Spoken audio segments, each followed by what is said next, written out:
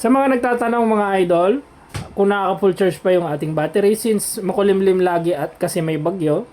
So, yung setup natin mga idol ay nakaka-full charge pa rin yan. Yan mga idol ang ginagawa namin.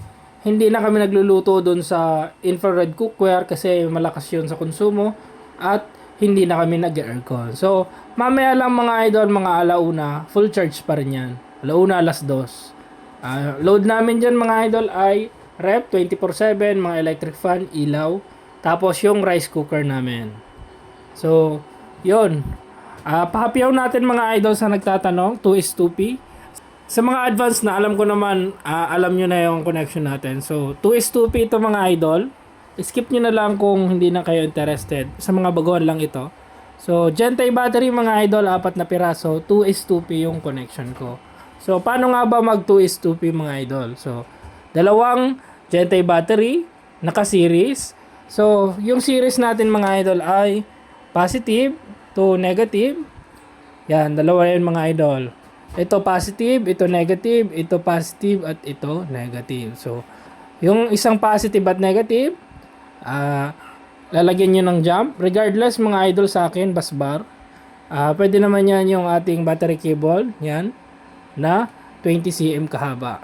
So, yan po yung tinatawag na series.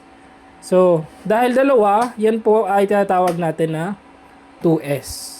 Yung 2P naman mga idol, since dalawa naka-series yan, yung 2P is parallel ang tawag doon. Dalawa naka-parallel. So, yung isang naka-series, ipaparallel natin doon sa isang naka-series pa na mga battery. So, yan. So, magja-jump lang siya mga idol, oh. Positive. At ito naman, jump naman ito mga idol dito sa negative. Isang tips ko dyan mga idol, ang paglagay po ng connection sa ating pupuntang inverter at yung mga charging ng ating mga SEC. Kailangan mga idol, dito yung positive at yung negative dito mga idol. So, hindi po yan dito. Hindi po nilalagay yan dito. Mas maganda yan nilalagay dito mga idol. Kumbaga, isang battery na naka-series, dito yung negative. At isang battery na naka-series din, dito yung positive. Para po yung amperage ng ating mga battery, mas maganda po yung discharging at charging. So, yun. Sana nakatulong mga idol. Kung gusto nyo ng battery pack na gaya nito, battery, ilalagay ko po yung link sa description. Isang advice pa mga idol, kung magto 24 volts system kayo, bumili kayo mga idol ng 24 volts 100 AH. Huwag yung gayahin yung aking 4 na 100 AH kasi gaya nito mga idol, oh, may additional cost kasi yan. Naglalagay tayo ng battery balancer. So, additional cost yon. Tapos, kung bibili pa ng syempre bus bar, additional cost na naman yon. Yung 24 volts, 200 AH ni Gentay ay may presyo, may kamahalan yun. So, kung gusto nyo mag-umpisa, pwede kayo mag-umpisa ng 24 volts, 100 AH para hindi masyado mabigat sa bulsa. So, yun.